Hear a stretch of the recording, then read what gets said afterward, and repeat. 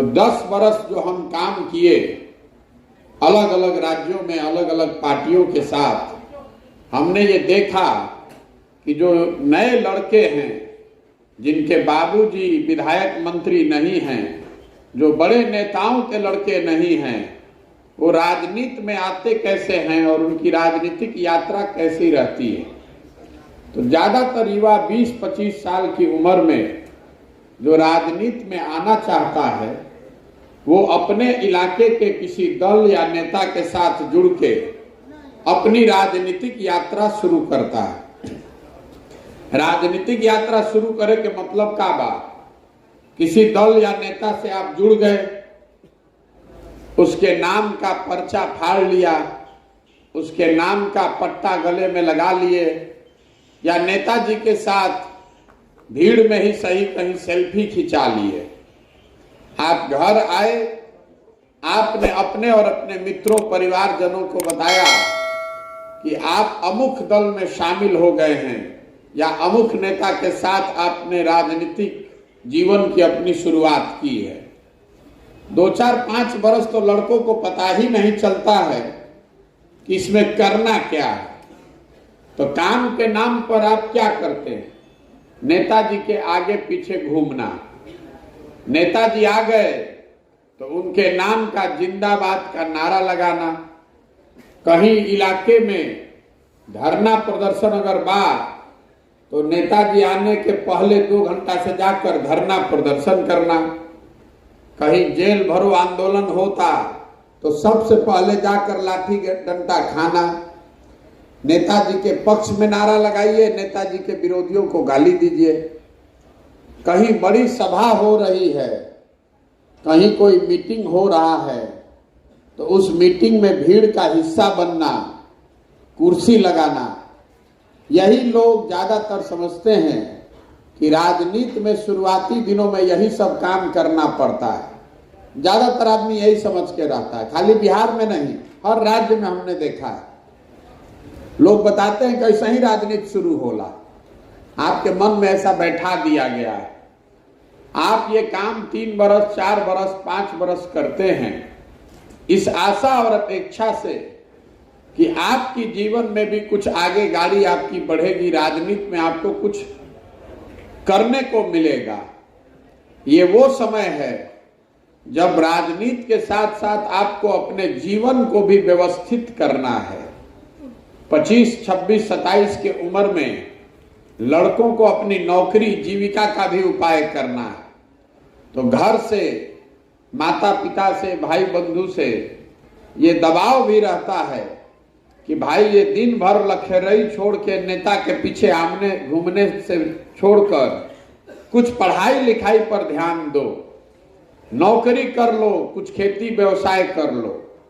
उन सब दबावों के बावजूद घर से कई जगह पर डांट सुनकर भी झगड़ा करके छुप के आप नेताजी के साथ लगते हैं, क्योंकि आपके मन में इच्छा है, आशा है कि आप सामाजिक राजनीतिक क्षेत्र में अपनी पहचान बनाना चाहते हैं।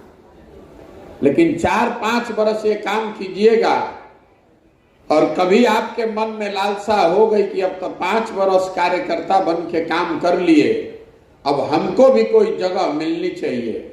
तो जिस दिन नेताजी से कुछ मांगिएगा अपने लिए, अगर कहीं आपने गलती से कह भी दिया कि वो मुखिया का चुनाव भी लड़ना है तो नेताजी उसी दिन आपको काट देंगे, क्योंकि वो जगह नेता ने अपने बेटे के लिए, अपने बच्चे के लिए, अपने भाई भतीजा दोस्त मित्र के लिए रखा है, आपके लिए नहीं रखा है। आपको तो यही चाहता है कि आप जीवन भर कार्यकर्ता बनते रहिए, कार्यकर्ता से आगे कुछ मत बनिए। और ऐसा आप देखते होंगे हर दल में ऐसे लोग हैं 20-20, 30-30 साल से राजनीति के नाम पर अपना पूरा जीवन बर्बाद कर दिया, पूरा जीवन खपा दिया, उनको कुछ नहीं मिला। उनके बच्चे अब कह रहे हैं कि का कैल, का तरह कुछ मिल, 20 वर्ष से घूमत रह।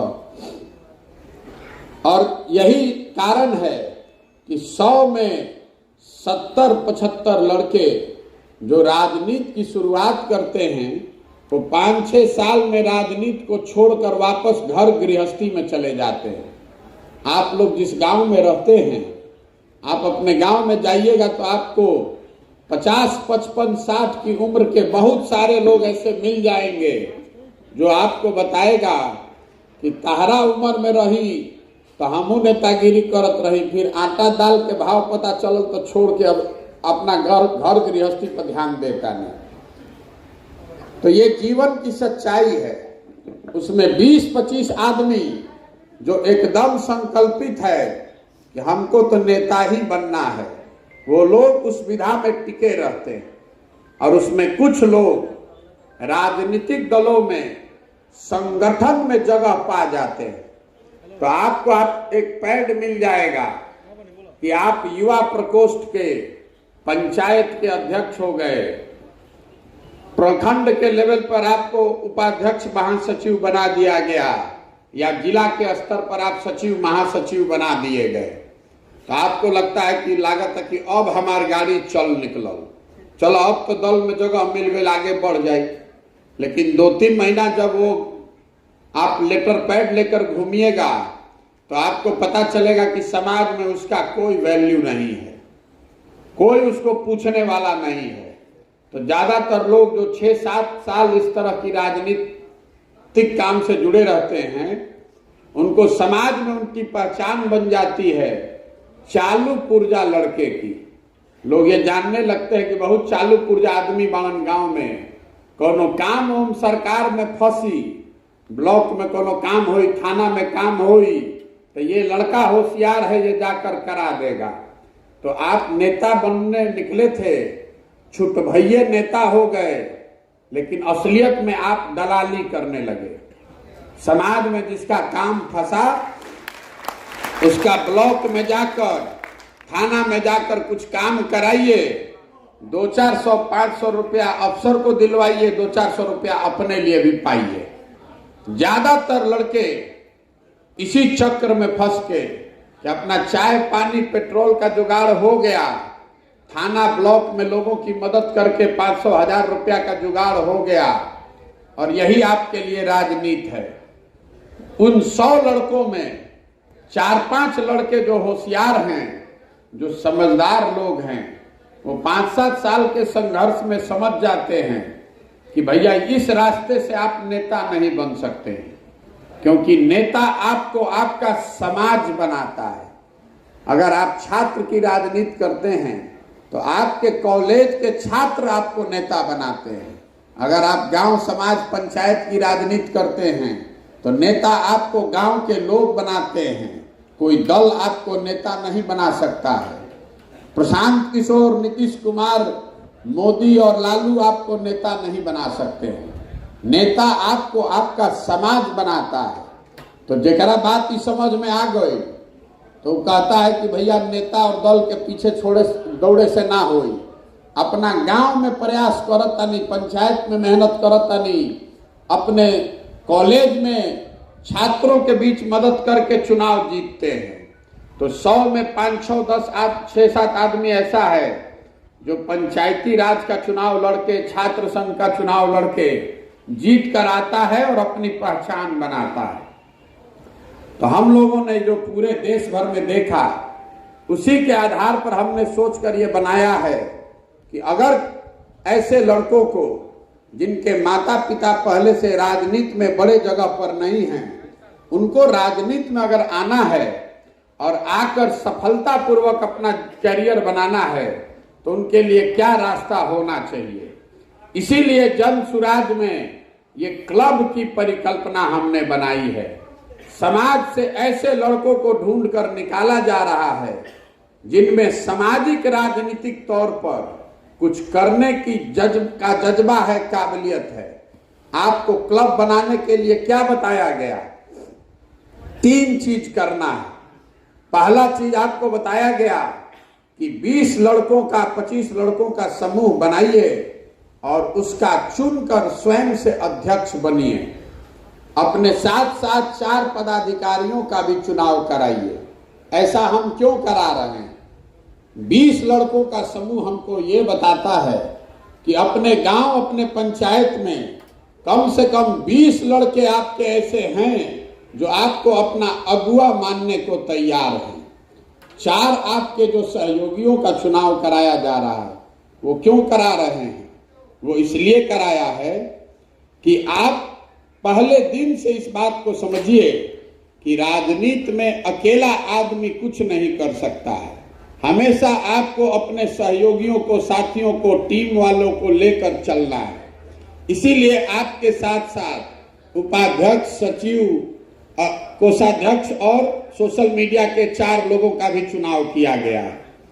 दूसरा बात आपको बताया गया कि व्हाट्सएप पर 100, 150, 200 लोगों का समूह बनाइए। तो बहुत लोगों को ये लग रहा है, बहुत आदमी के बुझाता कि व्हाट्सएप पर ग्रुप बनाकर प्रचार करने की बात है। तो आपको मैं बता रहा हूं कि ये प्रचार का माध्यम नहीं है। आपसे व्हाट्सएप का ग्रुप इसलिए बनाया गया है कि ये हमें पता चले कि अगर 20 लड़कों ने मिलकर ग्रुप बनाया है, क्लब बनाया है, एक आदमी अगर 5 व्यक्ति को भी जानता है तो 100 आदमी तो आपके क्लब के व्हाट्सएप ग्रुप में जरूर होना चाहिए। ऐसा न हो कि आप उड़ीसा में रहते हैं, आप बॉम्बे में रहते हैं और अपने पंचायत में ये क्लब खोल दिया है। इसलिए आपसे ये कहा गया है कि 100, 150, 200 लोगों को व्हाट्सएप पर जोड़िए। आप कितने लोगों को जोड़ते हैं इसमें हमारी कोई दिलचस्पी नहीं है। हम लोगों की दिलचस्पी है कि उस व्हाट्सएप ग्रुप को कितने लोग छोड़कर जा रहे हैं। जो लोग व्हाट्सएप ग्रुप छोड़कर जा रहे हैं तो हमको उससे 2 बात पता चलती है। जब कंप्यूटर पर उसका रिपोर्ट आता है तो हम लोग देखते हैं कि किस क्लब से ज्यादा लोग व्हाट्सएप ग्रुप से छोड़कर जा रहे हैं। लोगों का व्हाट्सएप ग्रुप से छोड़कर जाना 2 बात दिखाता है। पहली बात, या तो आपने बहुत सारे लोगों को बिना उनकी सहमति के उसमें जोड़ दिया है, बिना उनसे पूछे, बिना बात किए आपने उसका नाम जोड़ दिया, तो आदमी व्हाट्सएप ग्रुप छोड़कर जाएगा। या दूसरा कारण ये हो सकता है कि आपकी छवि वहां दबंग की, बदमाश की, गलत आदमी की है, जिसको सामने से आदमी ने नाम नहीं कहा, लेकिन जैसे व्हाट्सएप ग्रुप बन गए तो थोड़े दिन के बाद उससे धीरे से निकल लिया। इसलिए मेरा आपसे अनुरोध है कि जब आप व्हाट्सएप ग्रुप बना रहे हैं, उसमें जितने लोगों को जोड़ रहे हैं तो बातचीत करके जोड़िए। अगर आपके क्लब के व्हाट्सएप ग्रुप से बहुत लोग छोड़कर जाएंगे तो आपके क्लब की गणना नीचे हो जाएगी और आगे के समय में आपको मदद करने में हम लोग को दिक्कत होगी। तीसरा चीज, आपको क्लब खोलने में एक किट भेजा गया है। महात्मा गांधी, बाबा साहब अंबेडकर संविधान का प्रस्तावना और एक कैरम बोर्ड। ऐसा क्यों किया जा रहा है? आप जरूरी नहीं है कि हर आदमी महात्मा गांधी का फॉलोअर हो, ये जरूरी नहीं है कि आप बाबा साहब के फॉलोअर हैं, लेकिन ये मेरी अपेक्षा है, जनसुराज की अपेक्षा है कि अगर आप समाज में राजनीति करना चाहते हैं तो कम से कम जो इस देश के बनाने वाले लोग रहे हैं उनसे आपका अनुराग हो चाहे न हो, उनके प्रति विद्वेष की भावना नहीं रखनी चाहिए। उनके लिए अपशब्द का प्रयोग मत कीजिए। आजकल हम लोग देख रहे हैं नए लड़के जिसको अपना नाम लिखने नहीं आता है वो भी महात्मा गांधी के बारे में कुछ गाली गलौज लिखता है, बाबा साहब के बारे में कुछ लिख दिया, सरदार पटेल के बारे में कुछ लिख दिया।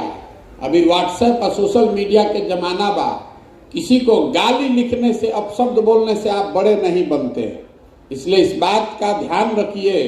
इसीलिए ये फोटो आपको भेजा जा रहा है, संविधान का प्रस्तावना आपको पढ़ाया जा रहा है। इसलिए पढ़ाया जा रहा है कि उसमें 2 बातें लिखी हैं। ये जो पूरे देश में हम लोग की भावना बनती जा रही है कि एक आदमी कोई कुछ कर सकता है, तो संविधान की प्रस्तावना में पहला लाइन ही है, हम भारत के लोग।